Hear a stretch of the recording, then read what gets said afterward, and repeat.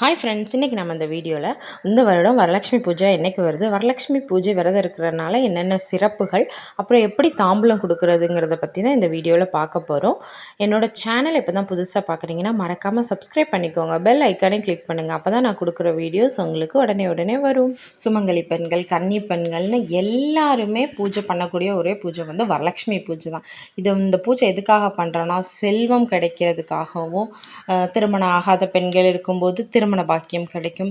கல்யாணம் ஆனவங்க சுமங்கலி பெண்கள் இருந்தாங்கன்னா கணவருக்கு நீண்ட ஆயுள் கிடைக்கும், தீர்க்க சுமங்கலி பாக்கியம் கிடைக்கும். சகல ஐஸ்வர்யங்களையும் தரக்கூடியது தான் வந்து இந்த வரலட்சுமி பூஜை. இது ரொம்பவே எளிமையான பூஜை, ஆனால் ரொம்பவே சிறப்பு வாய்ந்த பூஜை. இந்த பூஜையை நம்ம வந்து ஒரு தடவை ஆரம்பித்து வருடம் பண்ணும்போது ஒவ்வொரு வருடத்துக்கு ஒரு தடவை நம்மளுடைய நிலைமை, அதாவது செல்வ நிலை வந்து உயர்ந்துக்கிட்டே தான் இருக்கும். அந்த அளவுக்கு சிறப்பு வாய்ந்த இந்த பூஜை. வரலட்சுமி பூஜையை ரொம்ப எளிமையாக வந்து நம்ம வழிபடலாம், ஆனால் அதோட பலன் வந்து ரொம்பவே அதிகமாக இருக்கும். ரொம்ப சிறப்பு வாய்ந்த இந்த பூஜை. இப்போ இது எந்த நாளில் வருதுன்னு பார்க்கலாமா? 16/8/2024 வெள்ளிக்கிழமை தான் நமக்கு வரலட்சுமி பூஜை வருது.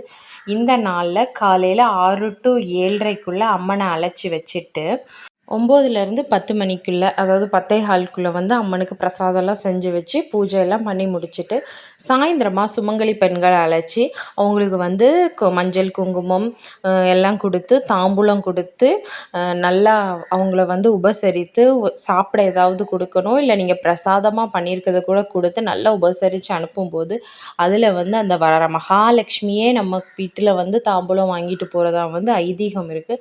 அதுதான் வீட்டுக்கு வர்ற சுமங்கலி பெண்களுக்கு எந்த நாள் வந்தாலும் சரி, ஸ்பெஷலாக இந்த பூஜை நேரங்களில் வெள்ளிக்கிழமையில் வரும்போதெல்லாம் கண்டிப்பாக தாம்பூலம் கொடுப்பாங்க. இப்போ என்னென்ன பொருட்களை வந்து தாம்பூலத்தில் வச்சு கொடுக்கணுங்கிறத பற்றி பார்க்கலாமா?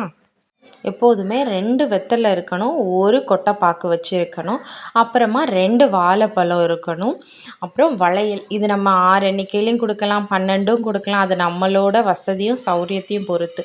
மல்லிப்பூ வச்சுக்கோங்க, இல்லை ரோசாப்பூ வச்சுக்கோங்க, வாசனை உள்ள ஏதாவது ஒரு பூ, மஞ்சள் கயிறு, மஞ்சள் குங்குமம், மஞ்சள் கிழங்கு.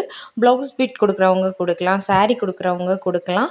மிச்ச பொருட்கள் எல்லாம் கொடுக்குறது வந்து நம்மளுடைய சௌரியம். கண்ணாடி, சீப்பு, மருதாணின்னு மங்கள பொருட்கள் வந்து என்னன்னாலும் கொடுக்கலாம். ஆனால் கண்டிப்பாக கொடுக்க வேண்டியதுன்னா 2 வெத்தலை, 1 பாக்கு, 2 பழம், மஞ்சள் கயிறு, மஞ்சள் குங்குமம், கொஞ்சமாக பூவு, வளையல், இதெல்லாம் தான் வந்து கண்டிப்பாக கொடுக்கணும். மிச்ச பொருட்கள் நம்ம முடிஞ்சால் கொடுக்கலாம். வரலட்சுமி பூஜை உங்களால் பண்ண முடியாட்டியும் பக்கத்தில் யாராவது வரலட்சுமி பூஜை பண்ணுறோன்னு கூப்பிட்டாங்கன்னா கண்டிப்பாக போய் கலந்துக்கிட்டு தாம்பூலம் வாங்குங்க. அந்த பூஜை பண்ணவங்களுக்கு எவ்வளோ பலன் கிடைக்கோ அதே பலன் நீங்கள் போய் அவங்க விட்ட தாம்பூலம் வாங்கும்போது அந்த பலன் உங்களுக்கும் கிடைக்கும். அடுத்த வீடியோவில் எப்படி எளிமையாக வரலட்சுமி பூஜை பண்ணணுங்கிறத பற்றி சொல்கிறேன். கண்டிப்பாக பாருங்கள். இப்போ தான் என் சேனலை புதுசாக பார்த்துட்ருக்கீங்கன்னா மறக்காமல் சப்ஸ்கிரைப் பண்ணிக்கோங்க.